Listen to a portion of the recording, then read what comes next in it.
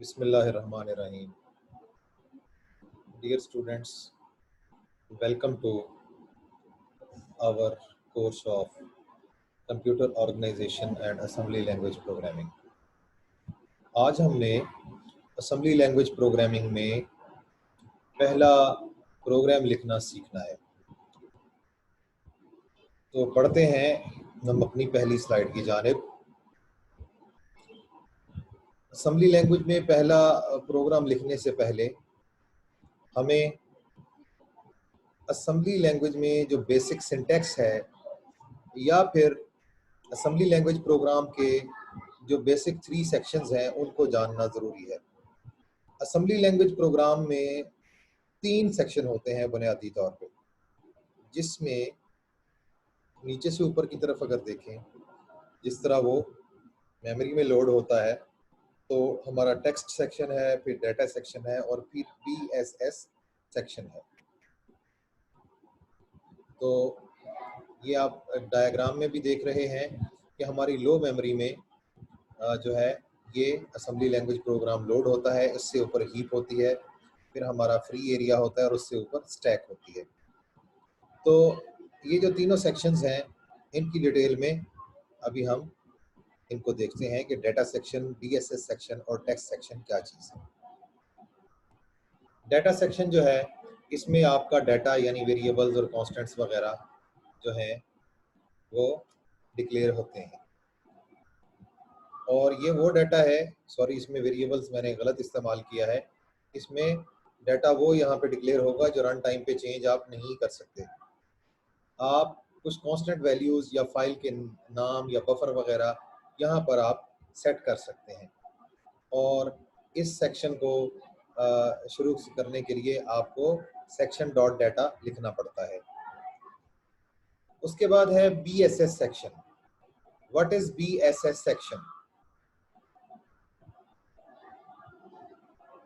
ये हमारा जो BSS सेक्शन है इसको हम वेरिएबल्स को डिक्लेयर करने के लिए इस्तेमाल करते हैं और इसमें सेक्शन डॉट BSS के नाम से इसको शुरू किया जाता है। टेक्स्ट सेक्शन, इसमें हमारा एक्चुअल कोड सेगमेंट्स जितने भी होते हैं, जितना भी हमारा कोड है वो यहीं पे आएगा। ये हमारी समझें आपकी कमांड जितनी भी आएंगी वो यहाँ पर आएंगी। तो इस सेक्शन को डिक्लेयर करने से पहले ग्लोबल स्टार्ट लिखना पड़ता है, जो कि कर्नल को ये बताता है कि हमारे प्रोग्राम की एग्जीक्यूशन यहाँ से स्टार्ट होगी। तो इसका सिंटैक्स है section dot text global underscore start और अंडरस्कोर स्टार्ट कॉलन। ये हमारा लेबल है और ये वो कमांड है या वो डिक्लेरेशन है जो कि हमारे कर्नल को बताएगी कि हमारी कमांड्स यहाँ से शुरू हो रही हैं। फिर सी लैंग्वेज की तरह या दूसरी लैंग्वेजेस की तरह कमेंट्स भी होते हैं। असेंबली लैंग्वेज में कमेंट्स हमेशा सेमी कॉलन से शुरू होते हैं और कोई भी लाइन जिसमें सेमी कॉलन आ जाए तो सेमी कॉलन के बाद जो कुछ होगा वो जो है वो असेंबल नहीं होगा, असेंबलर उसको कंसिडर नहीं करेगा। और ये सिंगल लाइन का कमेंट भी हो सकता है और यानी एक लाइन पे पूरी पे कमेंट भी हो सकता है और एक कमांड के फौरन बाद भी आप कमेंट कर सकते हैं। जैसे आप देख रहे हैं कि ये नीचे कमांड दी गई है ऐड EAX, EBX। उसके बाद ये जो सेमी कॉलन के बाद जो कुछ लिखा गया है ये कमेंट्स हैं और ये हमें बता रहा है कि adds, this command adds EBX to EAX। अब हम बढ़ते हैं जी अपने सैंपल प्रोग्राम की तरफ। हमारा पहला सैंपल प्रोग्राम जिसमें टोटल 9 लाइंस आपके लिए लिखी गई हैं। पहली लाइन पे है ORG 100H। ये हर लाइन की एक्सप्लेनेशन जो है फिर उसके लिए अलग-अलग मैंने स्लाइड्स जो हैं वो बनाई हैं, वो भी मैं अभी इंशाल्लाह आपको इन अ शॉर्ट वाइल वो एक्सप्लेन करता हूँ। पहली लाइन में ये लिखा हुआ है, दूसरी लाइन में लिखा है मूव AX कॉमा आगे सेगमेंट डाटा, यानी डाटा सेगमेंट को यहाँ सेट किया जा रहा है। उसके बाद तीसरी लाइन पे मूव DS कॉमा AX, चौथी लाइन पे move DX comma offset MSG, पांचवी लाइन पे मूव AH कॉमा 9, छठी लाइन पे इंटरप्ट की कमांड है 21H, सातवीं लाइन पे मूव AH कॉमा 4CH, 8वीं लाइन पे फिर इंटरप्ट 21H की कमांड है, और 9वीं लाइन पे MSG DB, और आगे एक मैसेज है, उसके साथ 13, 10 और डॉलर साइन लिखा हुआ है। ये कमांड्स क्या हैं और इन हर कमांड की क्या जो है वो इस्तेमाल है और इसका मतलब क्या है। पहली कमांड जो है ये हमारे जो जो कॉम फाइल होती है डॉस को ये बताती है कि हमारी कॉम फाइल में हमारा जो कोड है वो कहाँ से, किस सेगमेंट से शुरू हो रहा है, किस एड्रेस से, ये कोड का स्टार्टिंग एड्रेस जो है वो बता रही है। उसके बाद दूसरी कमांड में, ये अभी मैं ब्रीफली एक्सप्लेन कर रहा हूँ, फिर इनकी अलग-अलग स्लाइड्स भी हैं। फिर दूसरी कमांड में AX में, हमारे AX रजिस्टर में हम क्या कर रहे हैं कि डेटा सेगमेंट का एड्रेस लोड कर रहे हैं। जब हम डेटा सेगमेंट का एड्रेस AX रजिस्टर में लोड कर रहे हैं तो यहाँ पर ये सवाल पैदा होता है कि कोड सेगमेंट का एड्रेस हमने क्यों नहीं सेट किया। तो कोड सेगमेंट का एड्रेस जो है वो लोडर खुद सेट करता है, वो हमें मैनुअली सेट नहीं करना पड़ता। लेकिन डेटा सेगमेंट का जो एड्रेस है वो हमें मैनुअली AX में पहले लोड करना पड़ता है और उसको फिर उठाकर AX को दोबारा हम DS में यानी डेटा सेगमेंट में एक्चुअली मूव करते हैं। तो हमारा जो डेटा सेक्शन है वो जहाँ से शुरू हो रहा है वो अंडरस्कोर डेटा से पता चल जाएगा, और SCG मीन्स सेगमेंट, यानी डेटा सेगमेंट हमारा यहाँ से शुरू हो रहा है, इसका एड्रेस हम लोड करेंगे AX रजिस्टर में। उसके बाद AX रजिस्टर के जो कंटेंट्स होंगे वो हम डेटा सेगमेंट रजिस्टर में मूव करवा देंगे। फिर चौथी लाइन में हम क्या कर रहे हैं कि ये हमारा एक MSG के नाम का एक कांस्टेंट है जो हमने डेटा सेक्शन में नीचे 9 नंबर लाइन में डिक्लेयर किया है। इसका हम DX रजिस्टर में ऑफसेट समेत इसका जो एड्रेस है वो यहाँ पर सेव कर देंगे। और MSG में क्या है, ये डेटा बाइट के नाम से एक बाइट है जिसमें लिखा हुआ है हेलो GCUF स्टूडेंट्स, और उसके बाद डॉलर साइन, कॉमा, ये 13, कॉमा 10, कॉमा डॉलर साइन, ये क्या चीज़ें हैं, ये एक स्ट्रिंग है, और ये इंशाल्लाह अभी जो 9 नंबर हमारी लाइन है इसकी एक्सप्लेनेशन में आपको बयान कर देता हूँ। फिलहाल ये समझ लें कि ये एक स्ट्रिंग है जो स्क्रीन पे डिस्प्ले करवानी है हमने। तो यहाँ पर हमारा जो DX रजिस्टर है उसमें हम डेटा रजिस्टर में ये स्ट्रिंग मूव कर रहे हैं इस कमांड के जरिए। उसके बाद हम स्क्रीन को यूज़ करते हैं स्क्रीन आउटपुट के लिए, स्ट्रिंग आउटपुट के लिए। तो ये हमें जो AH हमारा half of our AX register, वो मतलब higher part of our AX register, उसमें हम 9 का कोड मूव करते हैं जो कि कंप्यूटर को या माइक्रो प्रोसेसर को ये बताता है कि हमने जो है वो स्ट्रिंग आउटपुट को जो है वो चूज़ कर लिया है। उसके बाद एक्चुअली जो इंटरप्ट 21H है ये हमारी ड्रॉस की इंटरप्ट है जो कि प्रोसेसर को बताती है कि ये वाली चीज़ जो है इसको आपने स्क्रीन पे आउटपुट कर देना है। उसके बाद ये जो 2 लाइनें हैं 7 और 8, ये जो किसी भी डॉस प्रोग्राम को एंड करने के लिए होती हैं, जिसमें हम AH में 4C का करैक्टर जो है वो मूव कर देते हैं, और इंटरप्ट 21H जो है वो फिर दोबारा यानी इसको एग्जीक्यूट करवाने के लिए हम इंटरप्ट कर लेते हैं कॉल। और 9वीं लाइन में हम अपना एक कांस्टेंट जो है वो डेटा बाइट के हवाले से डिक्लेयर करवा रहे हैं। ये तो थी इनकी ब्रीफ एक्सप्लेनेशन, हर लाइन क्या कर रही है। दोबारा सुन लें, पहली लाइन में हम अपनी जो कॉम फाइल है उसमें जहाँ से हमारा कोड जो है जिस एड्रेस से शुरू हो रहा है वो बता रहे हैं प्रोसेसर को। उसके बाद हम क्या कर रहे हैं, डेटा सेगमेंट को AX में लोड करके फिर डेटा सेगमेंट रजिस्टर में उसका एड्रेस मूव कर रहे हैं। फिर हम चौथी लाइन में अपना जो जो मैसेज है जो हमने स्क्रीन पे डिस्प्ले करवाना है उसको डेटा रजिस्टर में लोड कर रहे हैं।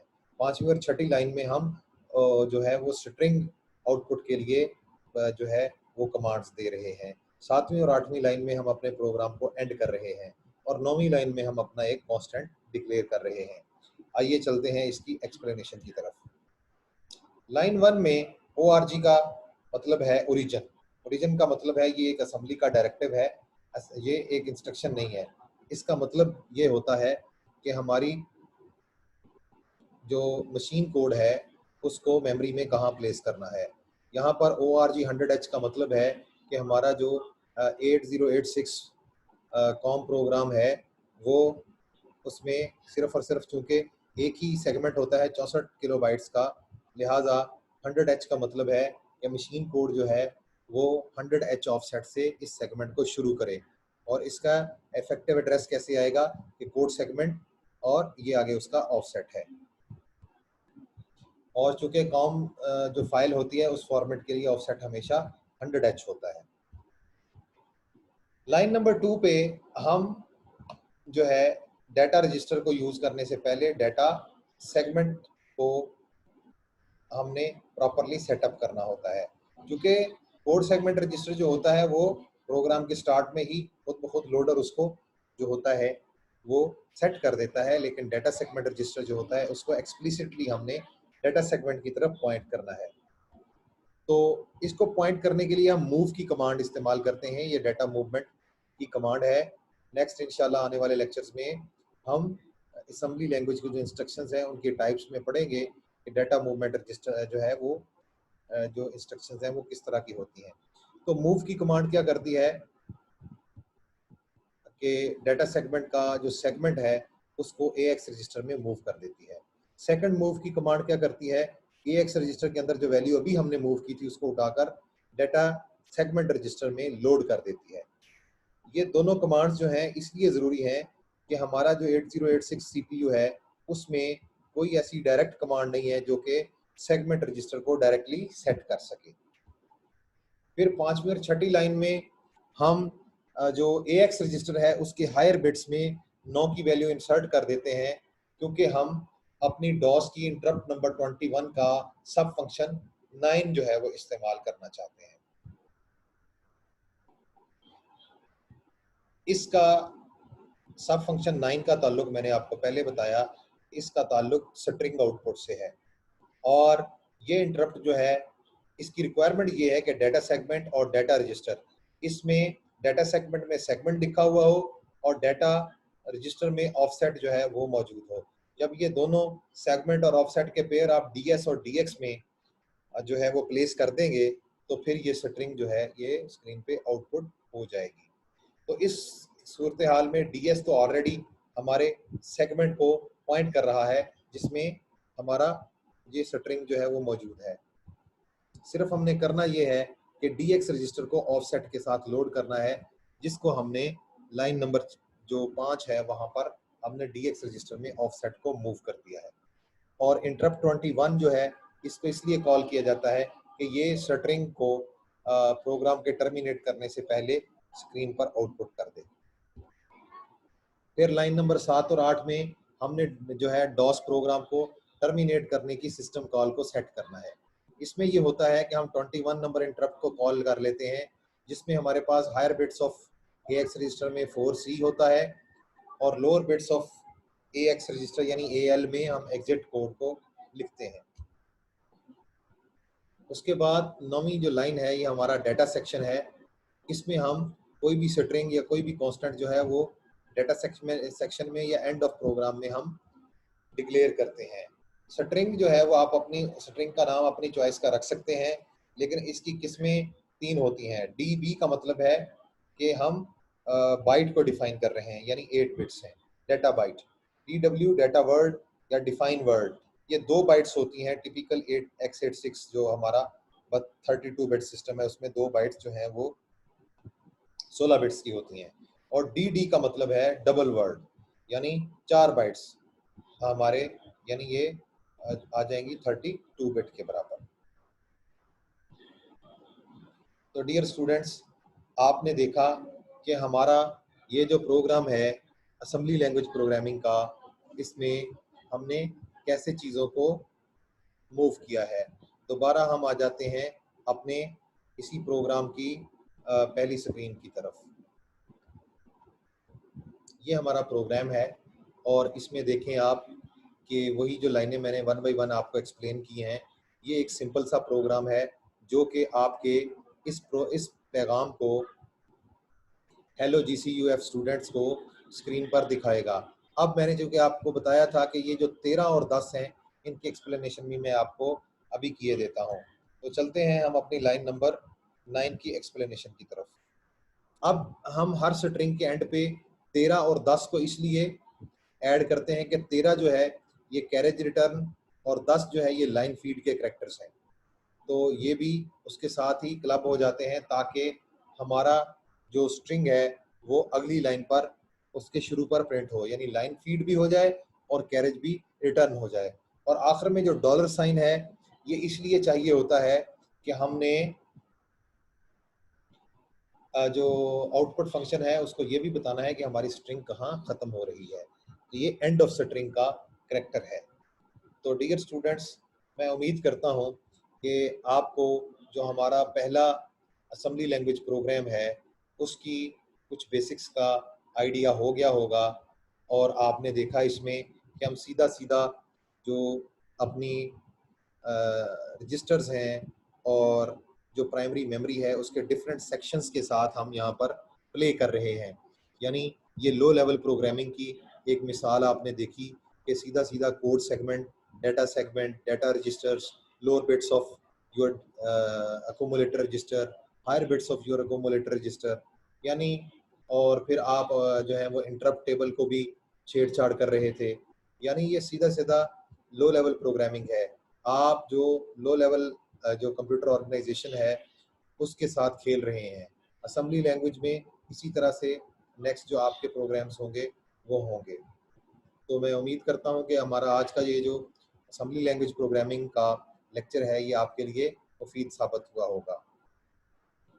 इंशाल्लाह नेक्स्ट हम नए टॉपिक के साथ हाजिर खिदमत होंगे। तब तक के लिए अल्लाह हाफ़िज़।